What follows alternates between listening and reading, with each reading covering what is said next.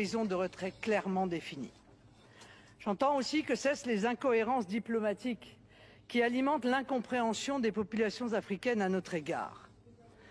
La France ne peut pas à la fois accepter la situation institutionnelle créée au Tchad après la mort du président Idriss Déby, tout en condamnant le Mali d'Assimi Goïta, en reconnaissant la junte du colonel Damiba au Burkina Faso, en envisageant de faire la guerre au régime nigérien via la CEDEAO et en donnant son feu vert au coup d'État mené au Gabon par le général Brice Oligui Nguema. Il arrive un moment où les subtilités théoriques se transforment en arguties rhétoriques qui finissent en douloureuses contorsions et fait le lit du sentiment de deux poids, deux mesures. Je le dis sans ambages, si nous ne sommes plus compris de nos amis africains, dans les chancelleries comme dans la rue, c'est parce que nous ne sommes tout simplement pas compréhensibles. Ce qui revient à dérouler un tapis rouge à toutes les interprétations et manipulations de nos concurrents. Or, pour comprendre les enjeux, être compréhensible pour nos partenaires, bref, pour mener une politique étrangère digne de ce nom, nous avons besoin d'experts. Cela nécessite de renforcer la formation des diplomates, d'agents de renseignement et de militaires aux relations bilatérales et non de mettre en place une absurde réforme du corps diplomatique. Je note d'ailleurs que la question des moyens humains est assez longuement évoquée dans le rapport de nos collègues Fuchs et Tabarot. Aujourd'hui, peut-être même plus qu'hier, les enjeux communs que j'évoquais plus haut, les sujets où les intérêts de la France et ceux des pays africains convergent, ne manquent pas. Démographie, énergie, environnement, sécurité. Devant une telle liste, l'absence de politique africaine revendiquée par le président de la République apparaît comme une absurdité, une incongruité, j'ose dire, une faute politique. Alors que le continent a dû faire face au choc de la pandémie, puis aux effets dévastateurs de l'inflation induite par la guerre en Ukraine et la désorganisation des marchés alimentaires, il est temps que la France renoue avec une politique africaine qui constituera le cadre des partenariats qu'elle proposera en toute transparence à nos amis africains. Une politique africaine qui réponde à une définition clarifiée de nos intérêts dans cette partie du monde, en particulier la prévention des migrations, la sécurisation de nos ressortissants, la dynamisation de la francophonie et le développement de nos échanges commerciaux qui sont scandaleusement insuffisants. Je rappelle en effet que la zone franc ne représente que 0,6% du commerce extérieur français. Et puisque j'évoque la francophonie, permettez-moi de m'arrêter quelques instants dessus. La francophonie est en effet l'autre grande réalité humaine qui doit structurer notre partenariat avec l'Afrique, car elle trouve sur le continent africain un cadre de développement naturel. La francophonie n'est pas à mes yeux la roue de secours de l'influence française.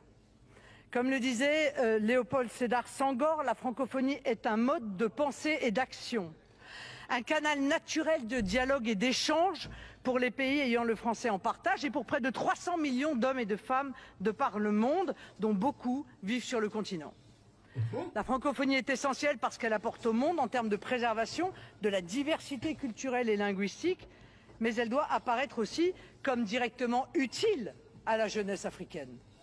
Au-delà de la langue, qui doit bien sûr servir à promouvoir les coopérations éducatives, scientifiques, universitaires, techniques, la francophonie devra être la base du développement d'une véritable union francophone, dont j'ai d'ailleurs eu l'occasion de présenter les grandes lignes durant la campagne présidentielle, avec notamment un volet économique et financier comportant la création d'une banque de développement de la francophonie, à laquelle serait adjointe une agence francophone de promotion de l'industrialisation en Afrique.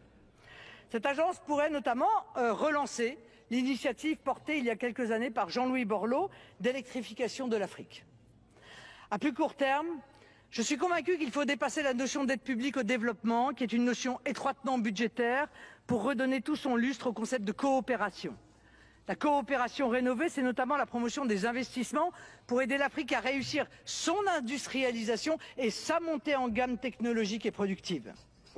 Pour l'aider dans cette voie, il manque aujourd'hui à la France un ministère de la coopération qui assure la tutelle effective de l'Agence française de développement et qui donnerait des impulsions conformes à une loi d'orientation de 5 ans qui devrait être votée après un large débat. Cette loi devrait notamment avoir pour objectif de donner un avenir à la jeunesse africaine sur le sol africain. Que les choses soient claires. L'avenir de la jeunesse africaine ne peut et ne doit pas être la migration. Il est urgent de mettre un terme à la situation mortifère que nous constatons depuis des années. Sur ce point, je reprends avec constance les mots que j'adressais aux Africains à N'Djamena en 2017. Ceux qui partent sont souvent dynamiques et audacieux. C'est la sève vitale de vos peuples qui s'échappe, alors que vous avez tant besoin d'eux pour relever les innombrables défis de l'avenir. Leur faire croire le contraire est non seulement dangereux pour eux, mais aussi à l'opposé de la volonté du peuple français, au nom duquel, je vous le rappelle, chers collègues, nous légiférons. Nous avons donc, Français et Africains, dès maintenant, la responsabilité de tout faire pour voir aboutir un cercle vertueux qui amènera 2 milliards d'Africains à vivre de leur travail selon leurs valeurs propres, leur propre identité et leur propre culture sous la gouvernance d'États stables. C'est l'intérêt de la France, c'est l'intérêt des pays africains et c'est plus largement une nécessité pour la stabilité du monde. Partant de ces intérêts de notre pays en Afrique, intérêts que nous n'avons pas à cacher parce qu'ils sont légitimes et donc compréhensibles par tous, découleront des objectifs logiques, des politiques publiques cohérentes et des moyens adaptés. La politique africaine de la France doit redevenir une réalité et nous donner ainsi un réel instrument de solidarité internationale et un outil de rayonnement et de sécurité au bénéfice partagé de l'Afrique, de notre pays et d'une histoire commune. Après 6 ans de macronisme et une telle dégradation des relations entre la France et les peuples et nations africaines, je n'ai pas un mot à enlever à mes propos adressés aux Africains.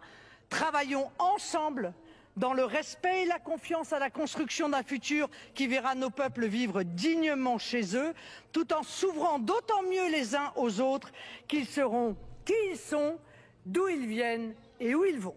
Je vous remercie.